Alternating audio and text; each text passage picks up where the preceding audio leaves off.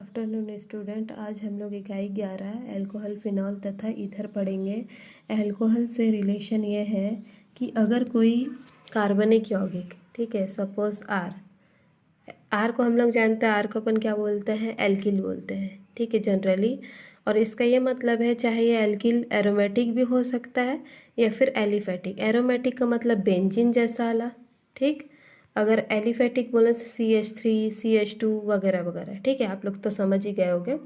अब देख लेते हैं जो एल्किल जो समूह है जिसे हम कार्बनिक यौगिक कह रहे हैं, कार्बनिक यौगिक से अगर कोई OH ग्रुप आके जुड़ जाएगा। OH ग्रुप का क्या नाम होता है, हाइड्रोक्सिल समूह, ठीक है। ये जो हाइड्रोक्सिल समूह जो होता है किसी भी कार्बनिक यौगिक से अगर आके जुड़ जाए तो इसको अपन बनने वाला जो यौगिक होगा वो क्या कहलाएगा, अल्कोहल कहलाएगा, ठीक है। भले ये जो आर है, आर कुछ भी हो सकता है, चाहे वो एलिफेटिक हो चाहे एरोमेटिक हो, ठीक है। अब देखते हैं फिनॉल के बारे में। फिनॉल का ये है कि फिनॉल जो है सिर्फ बेंजीन रिंग से ही बनेगा, ठीक। इसमें CH3 CH2 ऐसे करके ओपन जो चेन होता है उससे कोई रिलेशन नहीं है, सिर्फ अपन को क्या है, बेंजीन रिंग से रिलेशन है, ठीक है। तो बेंजीन का जो रिंग होगा बेंजीन में, वहाँ पे कहीं पे भी किसी साइड पे आके अगर हाइड्रोक्सिल समूह अगर आके जुड़ता है, भले कहीं और पे दूसरा कुछ क्रियात्मक समूह जुड़े या कोई प्रतिस्थापन जो जुड़ जाए, ठीक है, प्रतिस्थापी, तो उससे हम लोग को रिलेशन नहीं है। हम लोग को मेन क्या चाहिए, OH, जो कि किससे जुड़ा होना चाहिए, बेंजीन रिंग से। तो इस प्रकार के जो यौगिक हम लोग को प्राप्त होंगे इसको अपन क्या कहना कहेंगे, फिनॉल कहेंगे, ठीक है। अब ईथर के बारे में थोड़ा देख लेते हैं। ईथर से ये रिलेशन है कि ऑक्सीजन का जो मतलब बंध बनाता है, ऑक्सीजन वो कितना बंध बनाता है, 2 बंध बनाता है, ठीक है। अपन 11वीं क्लास में पढ़ चुके हैं।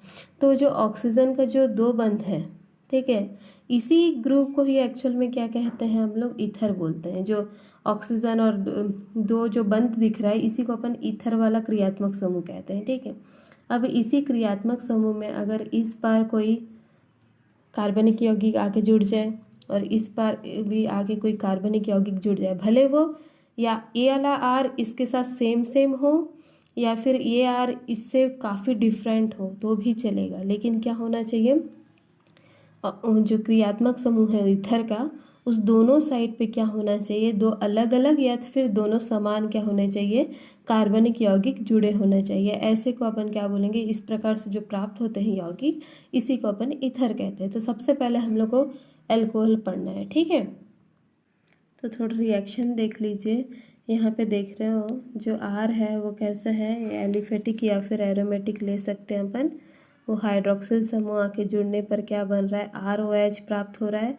यही जो ROH है यही क्या है, अल्कोहल है, ठीक है। अब देखो यहाँ पे आर के जगह सपोज कोई क्या है, हम लोग लिए हैं कार्बनिक यौगिक, ठीक है, कोई एल्किल समूह या एलिफेटिक समूह लिए हैं, ठीक। अब ये देखना है, जो आप लोग सोच रहे होगे कि ये OH कहाँ से आया ऐसा करके ना, तो OH कहीं से भी आया होगा। जैसे कि जल में भी आप लोग देखे होंगे OH होता है ना। और किसी भी चीज़ जिसमें OH की मात्रा होती है उससे वो अगर रिएक्ट करता है तो उसमें का जो OH से ही हम लोग का रिलेशन है। हम लोग को जो कार्बनिक यौगिक में जो OH जो क्रियात्मक समूह वो आके बस उसमें जुड़ जाना है, ठीक है।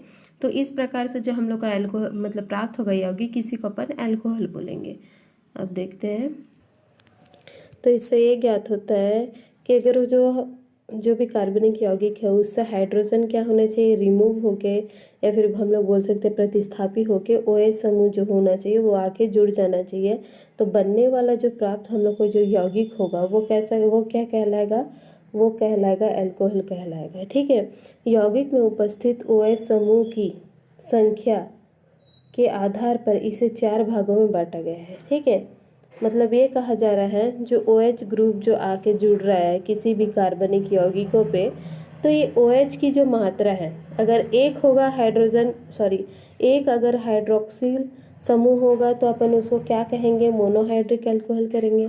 अगर यहीं पे कितना प्राप्त हो जाएगा, रुको एक सेकेंड, अगर एक इसमें क्या होगा, हाइड्रोक्सिल समूह आके जुड़ेगा तो उसका नाम क्या होगा, मोनोहाइड्रिक। अगर यहीं पे दो हाइड्रोक्सिल समूह आ गए। यहाँ पे बैलेंस करना है, जैसे एक बंद है, दो बंद है, तो कार्बन को कितने हाइड्रोजन मिलेंगे? दो। इसको कितने? एक, दो, तो यहाँ पे कितने? दो। इतना आप लोग समझ जाना, ठीक है। अगर मान लो एक ही यौगिक में दो हाइड्रोक्सिल समूह है उपस्थित, तो इसका क्या नाम होगा?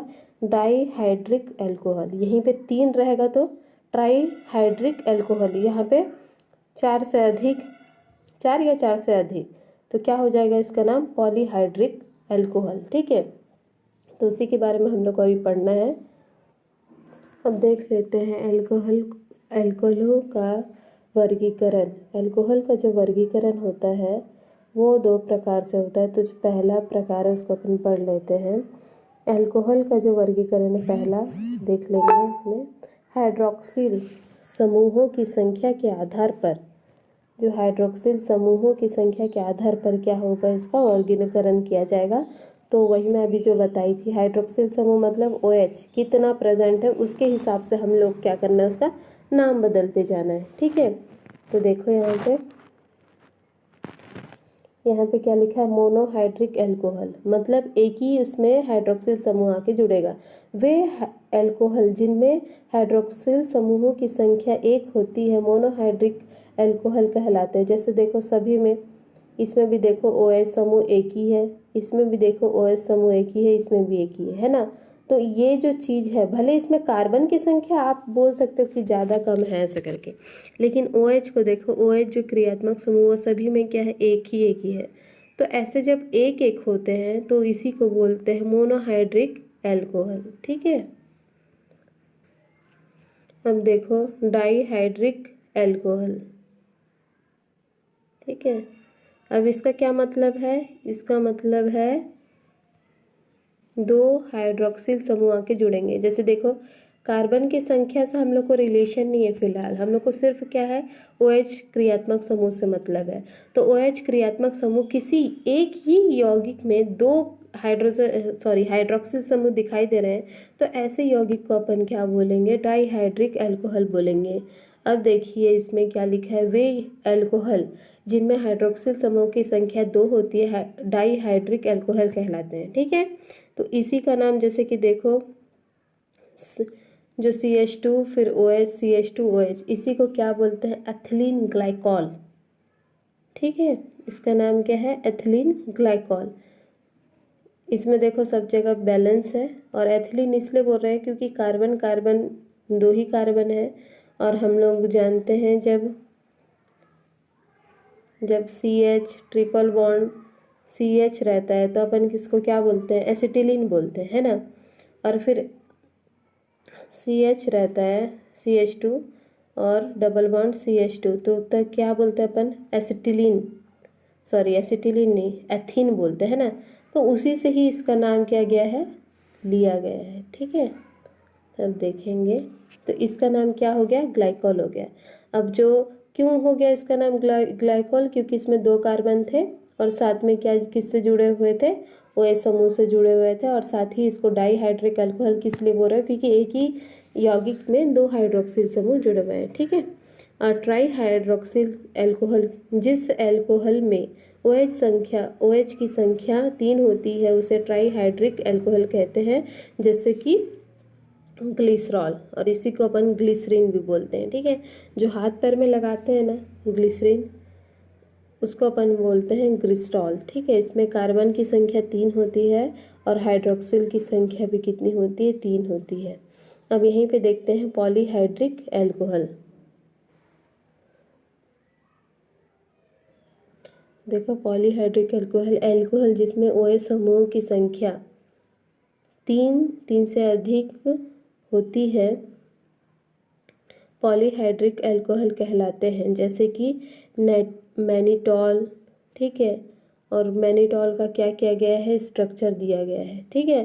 तो ये सब जो चीज़ें हैं, ठीक है, इसी को अपन क्या बोलते हैं? एल्कोहल का वर्गीकरण बोलते हैं। लेकिन ये किसके आधार पर हुआ था? ये सिर्फ हाइड्रोक्सिल समूहों की संख्या के आधार पर हुआ था। अब आगे देखेंगे अपन, इसका जो वर्गीकरण है डिफरेंट टाइप का होगा।